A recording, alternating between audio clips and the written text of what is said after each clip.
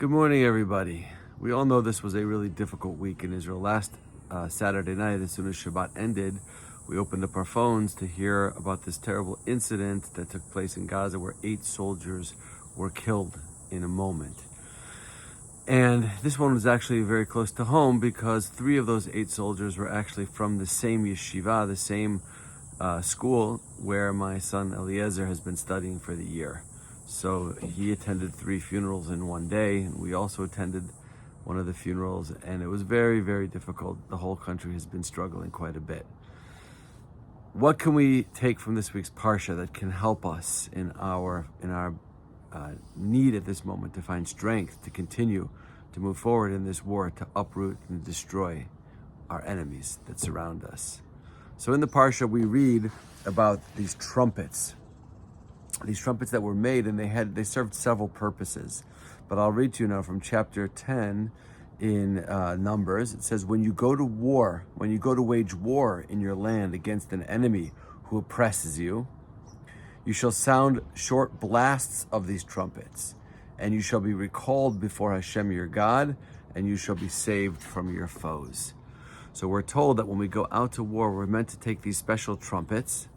And these trumpets served more than one purpose. They weren't just a way to call to battle. They also were the exact same identical trumpets that were used inside the temple on a daily basis to accompany the services that were taking place, the sacrifices and the spiritual offerings that were being brought before God in the temple. So these were spiritual trumpets. What were they intended to do? What was the purpose of these trumpets? Not to rally us up to go and fight and battle. That's not the purpose of these trumpets.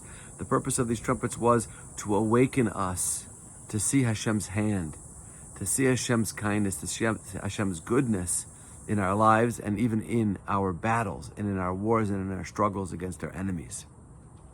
In a sense, what these trumpets were meant to do is they were meant to inspire us to look inward, to think about our own lives, to do tshuva, to deepen our connection, deepen our spiritual relationship with Hashem through the process of deep self-introspection.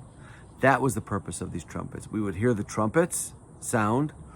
It would signal to us that it was time to do tshuva, to do some real soul searching, to work on developing and strengthening our connection, our spiritual connection to God, and then we would go out to war and battle against our enemies.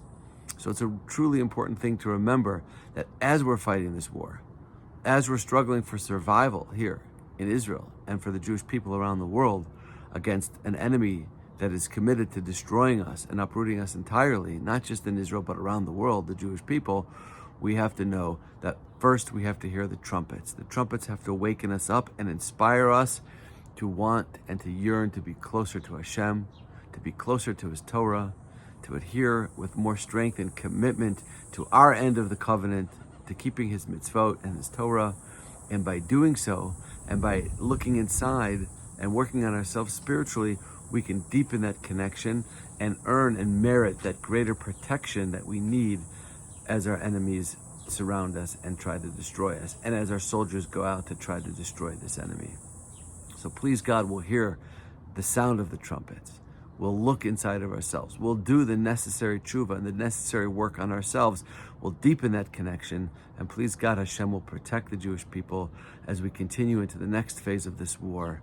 And our soldiers, every single one of them will be safe, they'll be protected, and they'll be successful in destroying our enemy, in finding the hostages, and in bringing them home safely as soon as possible. Wishing everyone a wonderful Shabbos. Shabbat Shalom from Yerushalaim.